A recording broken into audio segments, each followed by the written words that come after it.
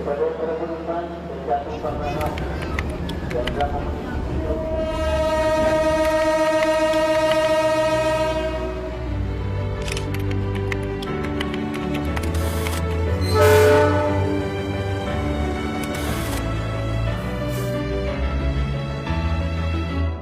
Dari Kebun Teh, kita lanjutkan perjalanan menuju stasiun Sukabumi.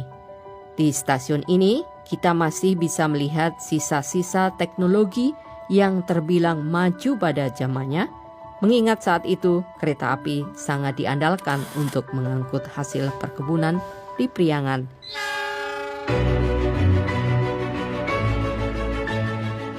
Ini salah satu stasiun yang dibangun pada jalur kereta api dari Bogor sampai ke Cianjur. Dibangun tahun 1882. Material besi rel yang digunakan di Priangan semuanya didatangkan langsung dari Eropa. Terus ini tertulis Krupp 1890. Artinya batang rel ini dibuat oleh pabrikan Krupp di Jerman pada tahun 1890. Maka ini adalah bukti otentik bahwa jalur kereta api pada tahun itu sudah ada di Sukabumi. Ada juga turntable atau alat pemutar lokomotif yang dulunya digunakan untuk memutar arah lokomotif 180 derajat. Jadi saat itu lokomotif uap yang datang dari arah Bogor menuju ke Sukabumi sampai di stasiun ini, jika ingin kembali lagi ke arah Bogor, harus diputar arahnya dulu lokomotifnya. Dan alat untuk memutar arahnya itu adalah turntable ini.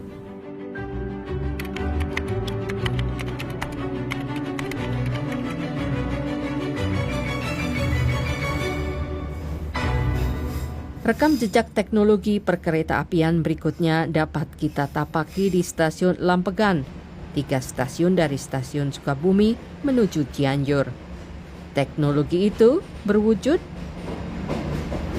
terowongan kereta pertama di Hindia Belanda.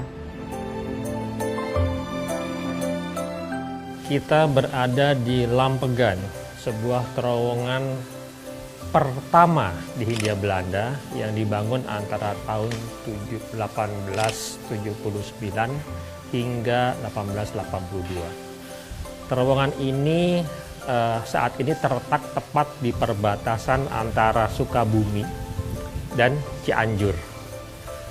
Dulu, lokasi ini adalah lokasi yang paling sulit pada saat pembangunan jalur kereta api dari Sukabumi menuju Cianjur. Mengapa sulit? Karena di tempat inilah mereka menemukan sebuah bukit yang mau tidak mau harus ditembus atau digali. Batuannya cukup keras, sebagian lagi batuannya terlalu lunak. Sehingga ada yang digali, ada juga yang dikupas, gitu ya. Dan tentu saja menjadi sangat sulit karena mereka saat itu belum pernah sama sekali punya pengalaman bagaimana membangun sebuah terowongan di Hindia Belanda. Pada era kolonial, terowongan sepanjang 683 meter yang gelap ini membutuhkan nyala lampu manual sebagai penanda kedatangan. Pada saat kereta berhenti di mulut terowongan, baik dari sisi Sukabumi maupun Cianjur, maka masinis akan meminta petugas yang ada di stasiun untuk menyalakan lampu secara manual, lampu di lokomotif tadi. Kode teriakan dari petugas yang ada di stasiun saat itu, pada saat selesai menyalakan lampu adalah "Lampegan". Itu dia kata Belanda, yang artinya lampu sudah menyala, lights go on, kira-kira begitu ya. Nah, kata-kata ini terulang terus setiap kali lokomotif masuk ke dalam terowongan, dan itu kemudian ditangkap oleh orang-orang lokal yang menyangka seolah-olah itu adalah nama dari terowongan ini, sehingga sampai sekarang disebut dengan Lambegan.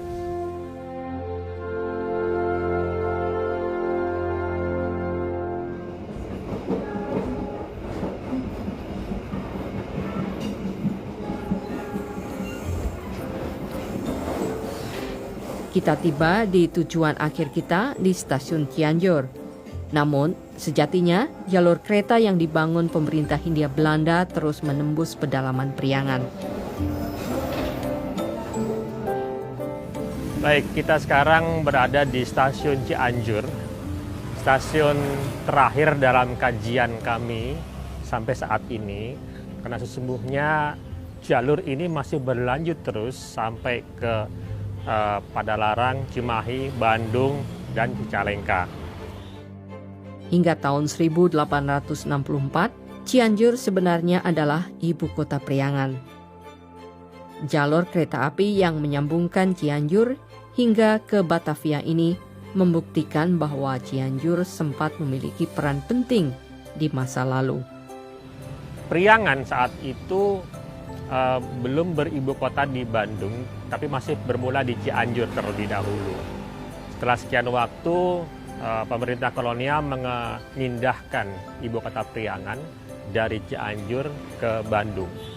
Tentu saja ini akan mengurangi atau waktu itu mengurangi peran dari Cianjur sebagai sebuah kota dan sebagai sebuah bagian dari jalur kereta api.